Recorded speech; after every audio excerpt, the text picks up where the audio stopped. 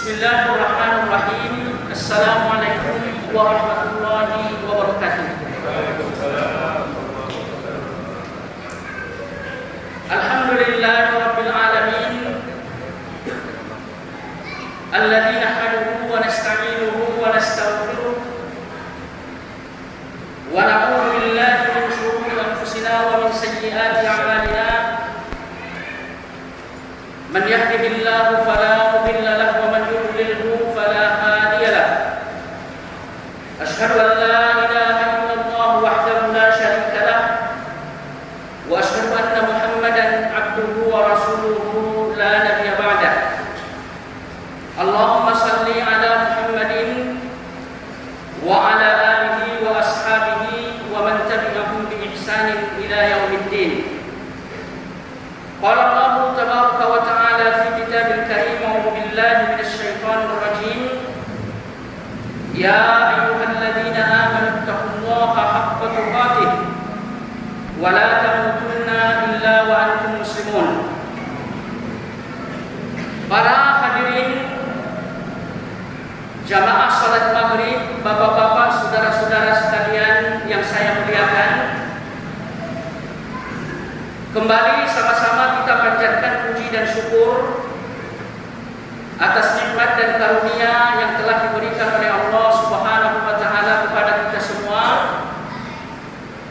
Semoga saja nikmat demi nikmat ini dapat kita syukuri, tentunya dengan tatanan yang lebih konkret, yaitu senantiasa memperbanyak ibadah kepada Allah Subhanahu wa taala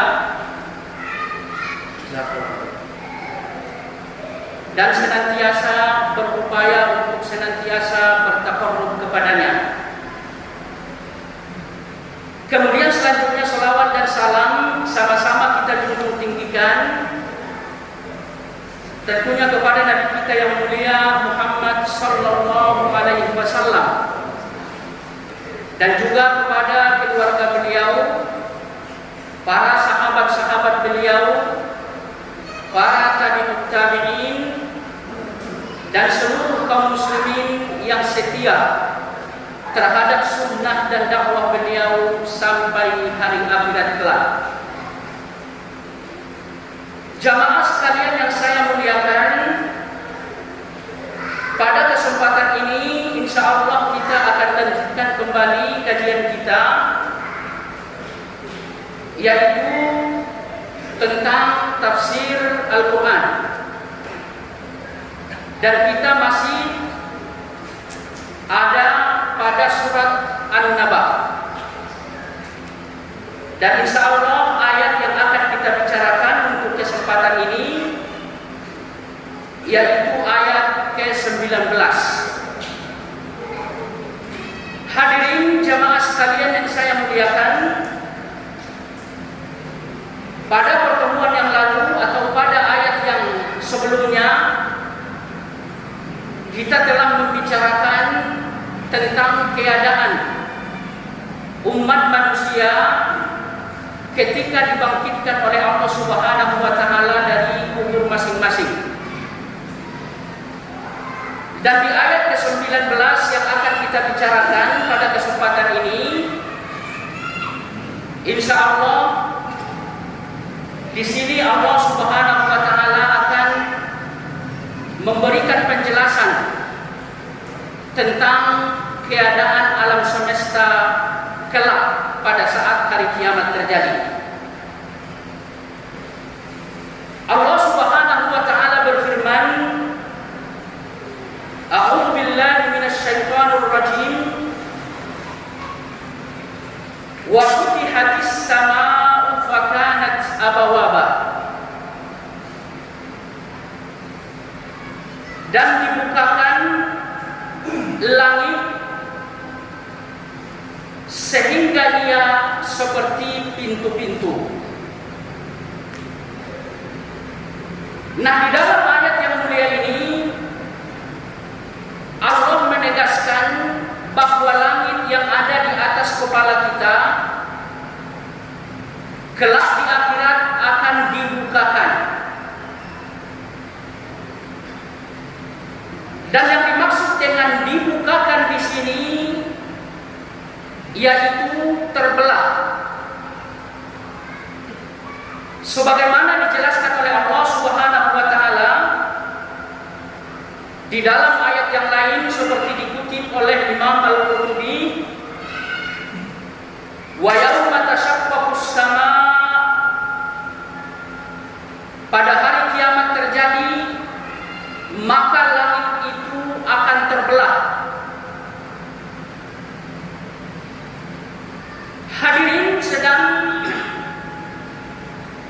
Hadirin yang mulia, seperti kita pelajari pada ayat-ayat sebelumnya bahwa Allah Subhanahu wa taala menegaskan langit tersebut adalah bangunan yang sangat kuat. Dan langit tersebut seperti dijelaskan oleh Nabi sallallahu alaihi wasallam dalam hadis sahih diriwayatkan dari Ibnu Abbas, memiliki ketebalan sampai sejauh perjalanan selama 500 tahun. Nah, dengan ketebalan dan kekuatan seperti ini hadirin sekalian, ternyata kelak di yaumil akhir langit ini satu persatu akan dipecahkan oleh Allah Subhanahu wa taala. Kemudian selanjutnya di dalam ayat yang mulia ini kita lihat bahwa Allah mengatakan langit yang terbelah itu seperti memiliki pintu-pintu. Nah, adanya pintu-pintu di sini mempunyai dua makna. Makna yang pertama, Allah Subhanahu wa taala mencontohkan terbelahnya langit seperti pintu-pintu. Hal ini menunjukkan bahwa pemecahan langit itu bagi Allah adalah persoalan yang sangat mudah.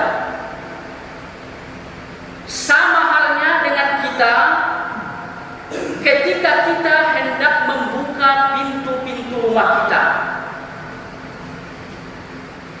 Jadi hadirin sekalian yang saya muliakan, ketebalan langit sejauh perjalanan 500 tahun ternyata untuk membelah langit yang semacam itu bagi Allah sangat mudah. Sama persis dengan seorang manusia yang hendak membuka pintu rumahnya. Nah, hadirin sekalian, yang mesti kita pahami dari poin pertama ini bahwa sesungguhnya Allah Subhanahu wa taala memiliki kekuatan yang luar biasa. Bahwa Allah Subhanahu wa taala memiliki keperkasaan yang luar biasa. Langit yang seperti kita sampaikan tadi ternyata bagi Allah mudah sekali untuk dipecahkan. Nah, pertanyaannya bagaimana dengan manusia? Manusia adalah makhluk yang sangat lemah. Manusia sama sekali tidak memiliki kekuatan yang mumpuni. Jika kita bandingkan manusia dengan langit yang ada di atas kepala kita, sesungguhnya manusia itu kecil sekali.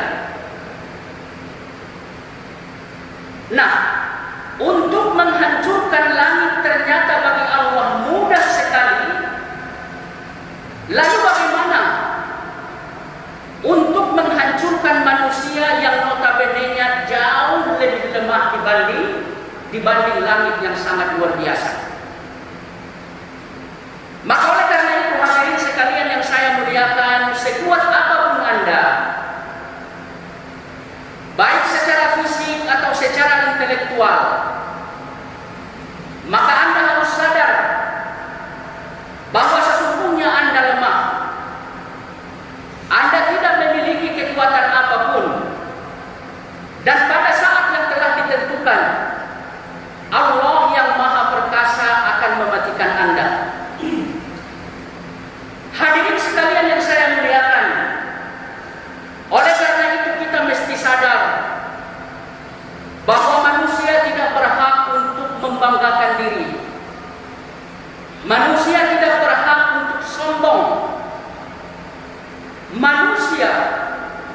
ditugaskan oleh Allah Subhanahu wa taala hanya untuk mengakui kelemahan dan mengabdikan diri kepada Allah. Apabila manusia sombong, maka sesungguhnya kesombongan itu tidak ada artinya bagi Allah. Dan sejarah sesungguhnya telah banyak membuktikan persoalan ini kepada kita. Sebagai contoh misalkan, kita semua pernah membaca kisah tentang Fir'aun. Bagaimana Fir'aun menentang Allah Subhanahu wa taala. Bagaimana Fir'aun mengajak manusia agar menyembah kepadanya. Dan akhir dari kisah Fir'aun adalah sesuatu yang sangat hina, hadirin sekalian. Beliau ditenggelamkan oleh Allah Subhanahu wa taala di Laut Merah. Dan kita ketahui sesungguhnya laut adalah makhluk yang sangat lembut. Laut adalah makhluk yang sangat lemah. Laut itu hanya sebatas air. Ternyata ketika kekuatan telah diperintahkan oleh Allah Subhanahu wa taala kepada air yang begitu lemah, ternyata air itu bisa mematikan dan mewafatkan Fir'aun alaihi laknatullah.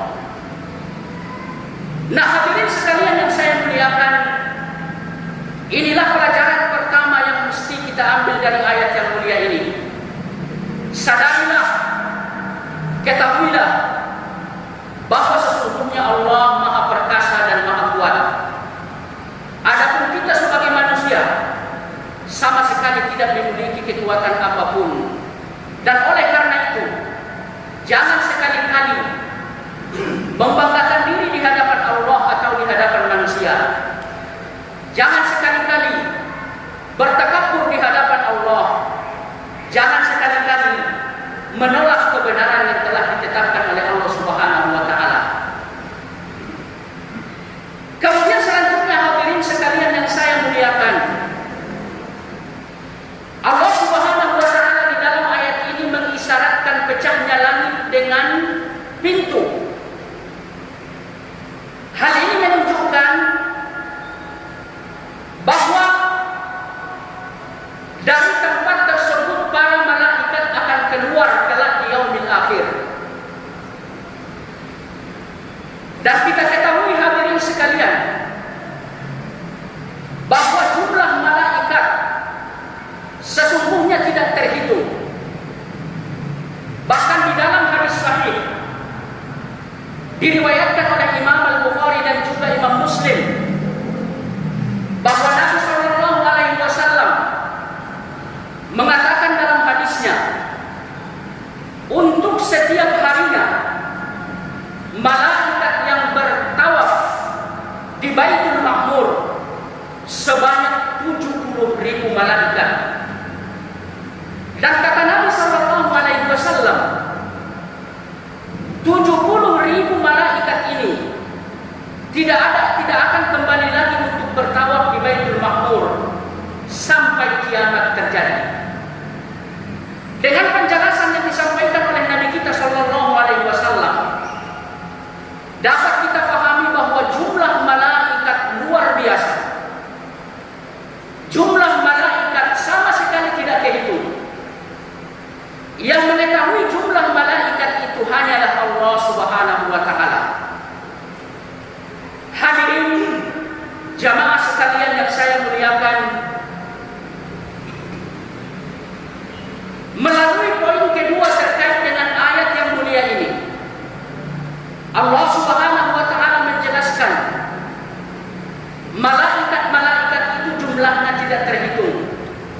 Dan ini semuanya adalah tentara bagi Allah Subhanahu wa taala. Maka oleh karena itu, hadirin sekalian yang saya muliakan, kita mesti sadar bahwa sesungguhnya sekuat apapun kita tidak akan bisa mengalahkan tentara Allah Subhanahu wa taala.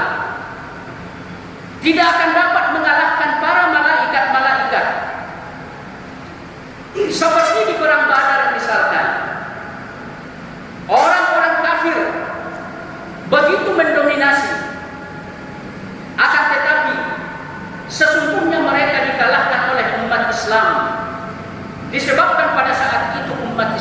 dibantu oleh tentara dari langit, yaitu para malaikat.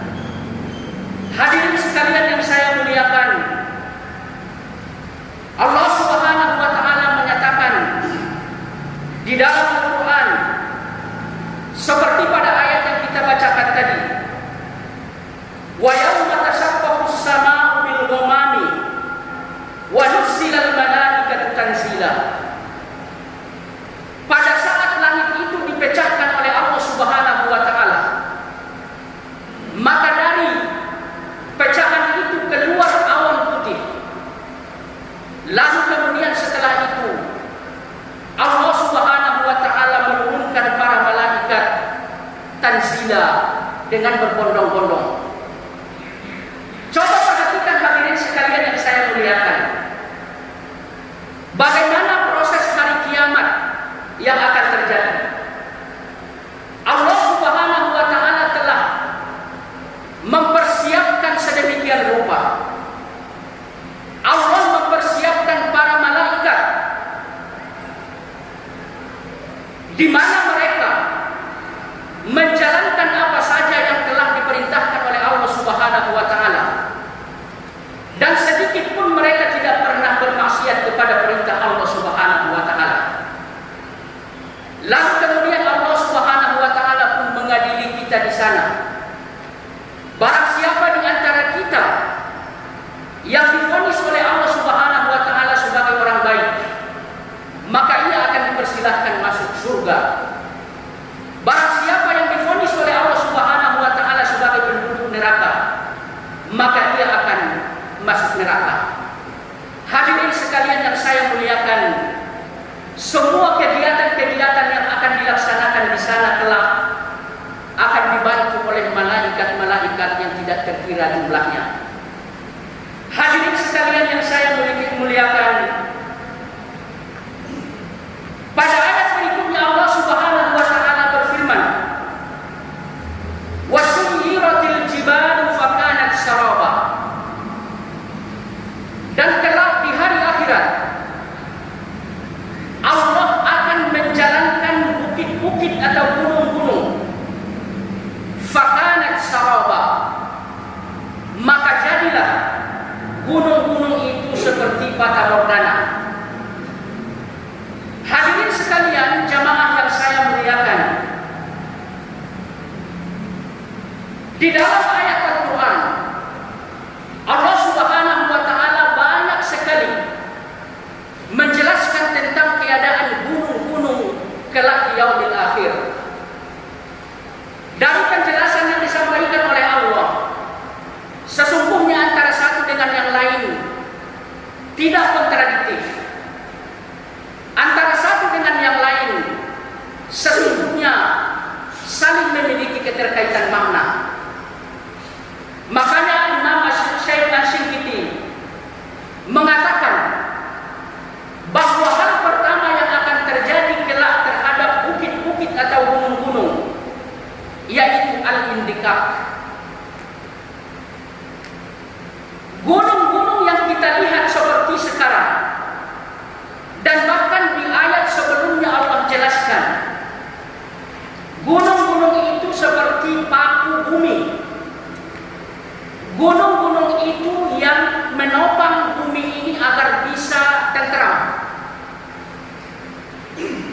Akan tetapi sekalipun demikian, jika kiamat sudah waktunya, Allah Subhanahu wa taala mengatakan bahwa gunung-gunung itu akan tercabut. Dan ini proses yang pertama yang akan terjadi terhadap gunung-gunung yang ada di atas bumi ini. Jadi hadirin sekalian yang saya muliakan, sebesar apapun gunung yang ada di atas bumi ini, saat kiamat nanti gunung itu akan tercabut dari tempatnya. Makanya Allah Subhanahu wa taala mengatakan, "Wa humilatil ardu wal jibal fadukkata dakkatan wahidah." Pada hari kiamat kelak, kata Allah Subhanahu wa taala, bumi, gunung akan tercabut. Kemudian keduanya akan dibentuk lalu kemudian keduanya akan hancur bersamaan. Hadirin sekalian yang saya muliakan, lagi-lagi ayat yang mulia ini memperingatkan kepada kita bahwasanya makhluk yang bernama gunung sesungguhnya adalah makhluk yang sangat besar. Apabila dibandingkan antara manusia dengan gunung, maka sesungguhnya manusia tidak ada apa-apanya. Dan bahkan hadirin sekalian, apabila gunung sekali batuk aja, maka ratusan atau bahkan ribuan manusia akan wafat. Lalu bagaimana apabila yang terjadi seperti dikatakan oleh Allah di sini, gunung yang besar itu dicabut oleh Allah Subhanahu wa taala lalu dibenturkan dengan bumi? Hadirin sekalian yang saya muliakan, ini yang pertama. Kemudian yang kedua,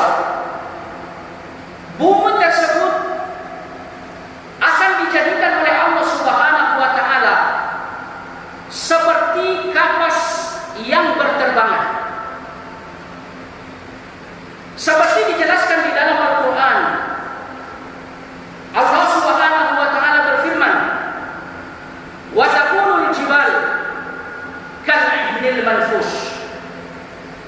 Kata Allah Subhanahu wa taala bahwa nanti di hari kiamat gunung-gunung yang besar itu setelah dicabut oleh Allah Subhanahu wa taala, maka dia akan berterbangan layaknya bulu yang ditiup, seperti kapas yang ditiup. Hadirin sekalian yang saya muliakan, coba lihat proses kedua ini. Setelah Allah mencabut gunung itu dari tempatnya, lalu dibenturkan dengan bumi dan gunung-gunung yang lain, lalu yang terjadi hadirin sekalian, gunung yang besar-besar itu akan lumah menjadi seperti kapas, lalu kemudian berterbangan seperti debu. Hadirin sekalian yang saya muliakan, ini adalah merupakan salah satu peristiwa yang sangat menakutkan. Ini adalah merupakan salah satu peristiwa yang begitu besar. Dan ini semua akan terjadi kelak di yaumil akhir. Lalu kemudian hadirin sekalian, proses yang ketiga, di saat Allah Subhanahu wa taala menghancurkan gunung-gunung tersebut, gunung-gunung itu akan menjadi debu, lalu dia berterbangan. Hal ini seperti dijelaskan oleh Allah Subhanahu wa taala di dalam Al-Qur'an surat Al-Waqi'ah. Allah mengatakan, "Fakanat haba'an munbatha." Gunung-gunung yang telah dihancurkan oleh Allah Subhanahu wa taala, maka dia akan hancur menjadi debu, lebih halus daripada kapas, lebih halus daripada bumi. Lalu kemudian debu ini berterbangan seperti benda yang tidak memiliki manfaat sedikit pun. Kemudian hadirin sekalian, proses keempat yang akan terjadi terhadap gunung-gunung itu, ia akan berterbangan, dipukul oleh angin sehingga tidak memiliki arah yang tertentu. Seperti dijelaskan oleh Allah Subhanahu wa taala di dalam Al-Qur'an, "Tamurru marras sahab." Gunung-gunung yang telah berubah menjadi debu akan diterbangkan oleh Allah Subhanahu wa taala dengan angin layaknya seperti awan. Hadirin sekalian yang saya muliakan, kemudian proses yang terakhir, gunung-gunung itu akan menjadi seperti fata morgana. Itulah yang disampaikan oleh Allah Subhanahu wa taala dalam ayat yang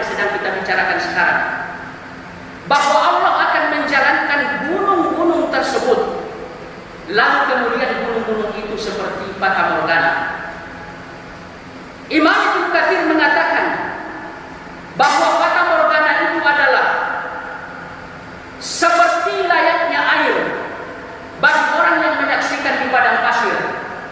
Akan tetapi ketika didekati, ternyata bukanlah air. Gunung-gunung itu pun sama kelak, hadirin sekalian. Dahulu sewaktu kita berada di dunia, gunung-gunung itu kita saksikan berdiri kokoh. Akan tetapi setelah kiamat terjadi, gunung-gunung yang tadinya kokoh semuanya telah tiada. Semuanya telah hancur. Oleh karena itu, Allah Subhanahu wa taala mengibaratkan hal ini seperti fata morgana. Hadirin sekalian yang saya muliakan, dan ayat yang mulia ini, poin penting yang mesti kita pahami, bahwa sesungguhnya gunung yang ada di sekitar kita dapat menghancurkan umat manusia. Ternyata gunung yang bisa menghancurkan manusia pada akhirnya nanti kelak di yaumil akhir akan dihancurkan oleh Allah Subhanahu wa taala. Lalu tidak ada lagi alasan bagi kita untuk tidak takut kepada Allah Subhanahu wa taala. Karena terhadap makhluknya saja yang bernama gunung, kita semua pasti takut. Lalu bagaimana dengan pemilik gunung, yaitu Allah Subhanahu wa taala?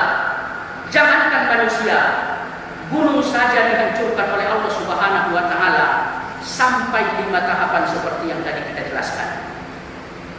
Hadirin sekalian, kemudian selanjutnya Allah Subhanahu wa taala berfirman, "Inna jahannama kanat mirsada." Sesungguhnya kata Allah Subhanahu wa taala, neraka Jahannam kanat mirsada, adalah mengintai. Dari ayat yang mulia ini, hadirin sekalian, yang mesti kita garis bawahi yang pertama, Allah mengatakan di akhirat kelak akan disediakan Jahannam. Nah, apa yang dimaksud dengan Jahannam? Nabi Shallallahu Alaihi Wasallam bersabda dalam hadis. Sebagian ulama mengatakan hadis ini sahih, dan sebagian yang lain mengatakan hadis ini dhaif. Kata Nabi Shallallahu Alaihi Wasallam bahwa neraka Jahannam itu saudaun kallailil mudlim, memiliki api yang berwarna hitam. Saking hitamnya api neraka yang bernama Jahannam itu, Nabi Shallallahu Alaihi Wasallam membandingkan dengan gelapnya malam yang gelap kita. Hadirin sekalian yang saya muliakan, Allah Subhanahu wa taala menyediakan balasan terhadap orang-orang yang ingkar, terhadap orang-orang yang bermaksiat, yaitu neraka yang memiliki warna hitam pekat. Nah, kalau kita lihat api yang ada di dunia ini warnanya merah. Akan tetapi hadirin sekalian, sekalipun api yang ada di dunia ini berwarna merah, jika ia menyentuh kulit kita maka seketika akan melepuh. Nah, api yang ada di akhirat warnanya hitam, dan ini menunjukkan bahwa api ini memiliki panas yang sangat luar biasa. Itu yang pertama. Karena warna api semakin gelap, maka panasnya itu makin luar biasa. Sebagai contoh misalkan, kalau kita memasak air dengan menggunakan kayu bakar, nah itu apinya merah, Pak. Dan waktu untuk menunggu biar air panas ini lebih lama. Akan tetapi kalau kita memasak air dengan menggunakan kompor gas, nah ini apinya berwarna biru, artinya lebih gelap dibanding api yang ada pada kayu bakar. Nah ini api yang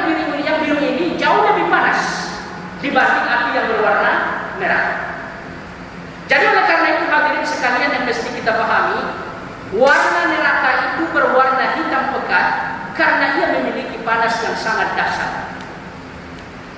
Kemudian yang kedua, hadirin sekalian, warna api neraka itu berwarna hitam karena sesungguhnya hal ini akan menjadi siksa tersendiri bagi orang-orang yang ada di dalam.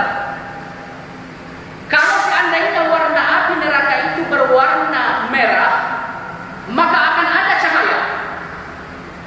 Dan orang-orang yang ada di dalam akan dapat melihat antara satu dengan yang lain. Akan tetapi dengan warna hitam, cahaya tidak akan ada.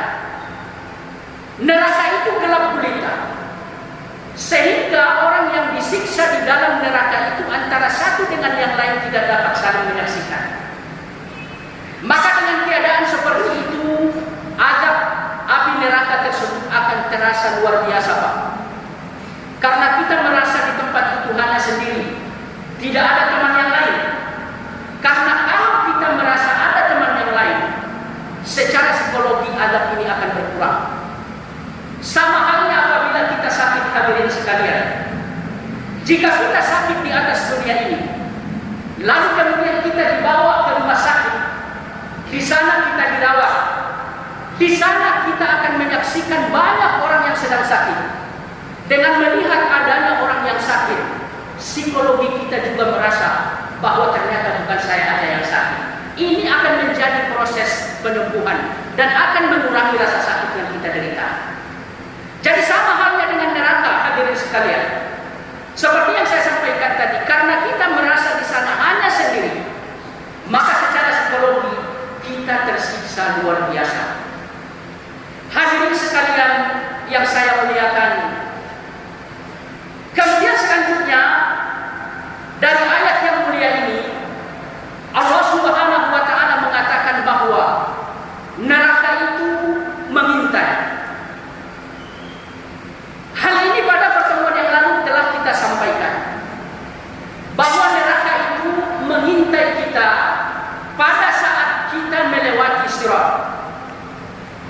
Dan Allah Subhanahu wa Ta'ala mengatakan, tidak satu pun manusia, tidak satu pun manusia, baik dia orang kafir atau orang beriman, yang tidak akan melewati sirat tersebut. Nah, pada saat kita melewati sirat, maka di sanalah kita akan diintai, lalu diciduk oleh neraka tersebut. Kemudian yang kedua, yang dimaksud dengan mengintai, hadirin sekalian, bahwa neraka itu dijaga oleh para malaikat. Maka siapapun yang memiliki catatan yang buruk dan itu mengharuskan ia masuk ke dalam neraka, maka ini semuanya akan diperiksa oleh malaikat-malaikat tersebut. Jika kita memiliki catatan yang buruk, malaikat-malaikat ini akan menyeret kita lalu dimasukkan ke dalam neraka. Jika kita memiliki catatan yang baik, tidak ada keburukan, maka malaikat-malaikat tersebut pun akan membebaskan kita. Kemudian hadirin sekalian yang saya muliakan, ayat yang mulia ini seperti ditafsirkan oleh Imam Ibnu Katsir, yang dimaksud dengan mirsada, mursadatan mu'addatan, bahwa neraka jahanam itu telah tersedia dan dipersiapkan dari sekarang. Hadirin sekalian yang saya muliakan, melalui apa yang disampaikan oleh Imam Ibnu Katsir, bahwa neraka jahanam saat ini telah disiapkan oleh Allah Subhanahu wa Ta'ala. Maka Ahlus Sunnah wal Jamaah memiliki prinsip seperti apa yang kita sampaikan tadi. Neraka bagi Ahlus Sunnah wal Jamaah harus diyakini bahwa pada saat ini telah disediakan oleh Allah. Adapun orang-orang Mu'tazilah, hadirin sekalian, mereka mengatakan bahwa sesungguhnya neraka itu untuk saat ini belum diciptakan oleh Allah. Kata mereka, buat apa Allah menciptakan neraka saat ini? Karena belum digunakan, karena manusia masih ada di atas bumi. Orang-orang Mu'tazilah di sini mendahulukan akal, karena neraka belum digunakan untuk membalas orang-orang jahat, sehingga Allah, kata mereka, belum menciptakan neraka tersebut. Padahal di dalam ayat-ayat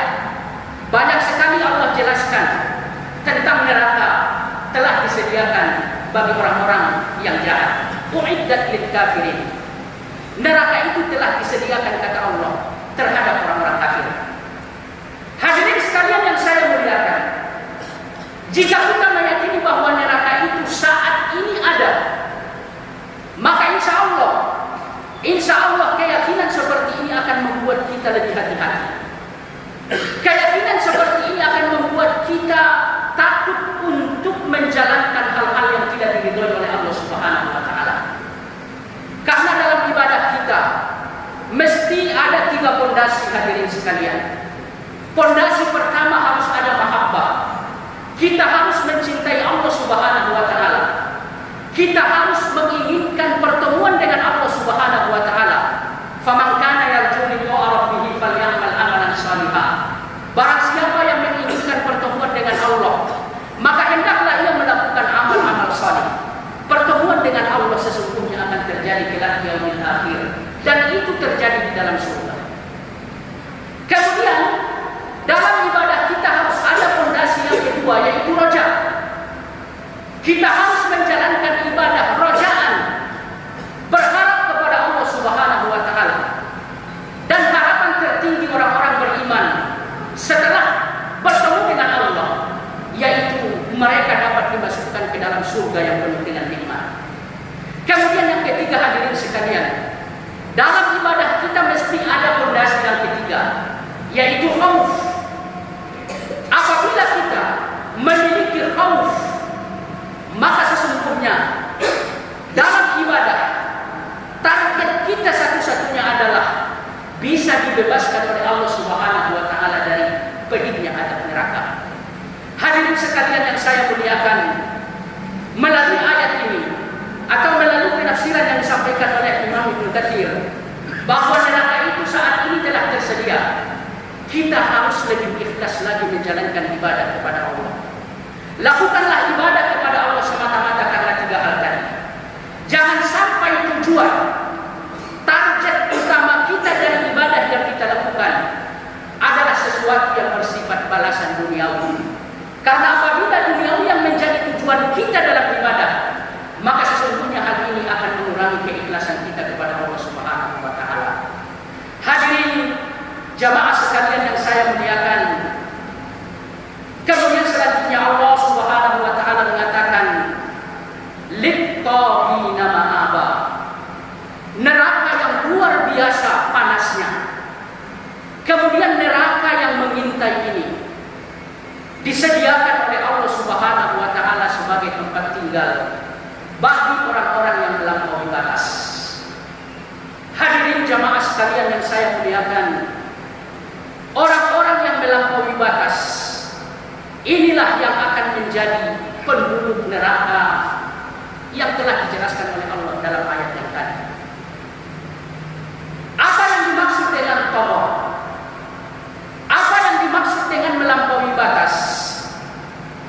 Hal ini ditegaskan oleh Allah Subhanahu wa taala di dalam Al-Qur'an surat Al-Haqqah. Allah menjelaskan, inna lamma taghal ma hamalnakum fil jariyah. Sesungguhnya apabila air telah banjir mencapai gunung, kami pun akan menyelamatkan engkau dengan sebuah perahu. Ayat ini hadirin sekalian menceritakan tentang Nabi kita yang mulia, Nabi Nuh. Saat ia menghadapi umat manusia yang ingkar, lalu kemudian orang-orang yang ingkar ini diazab oleh Allah Subhanahu wa taala dengan banjir yang luar biasa. Sedikit lagi masalahnya, sedikit lagi. Atau ada dulu? Lanjut ya. Baik. Tagha di dalam ayat ini terkait dengan air. Ya Pak ya, terkait dengan air. Air yang dimaksud dalam keadaan tagha adalah air yang melimpah. Nah, manusia pun akan menjadi tagha apabila ia melimpah. Sebagai contoh misalkan hadirin sekalian, ini ada satu gelas. Saat kita menuangkan air ke dalam gelas, lalu porsinya sesuai dengan gelas,